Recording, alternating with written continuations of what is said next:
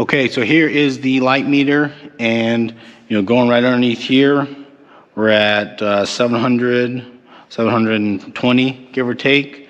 If I go back to the center of the barn here, I am over 1,000, 1,200 lux right here. If I go over by the tractor now, before I think we were 40, and then like 260. And now we're at about 320 here. So these lights are drastically brighter here. You can see that it did fall off as we go over to the side, which means we need to put more of these LEDs up so that we cover these other parts of the barn here. So on this side now we're like 250 by the hoist here.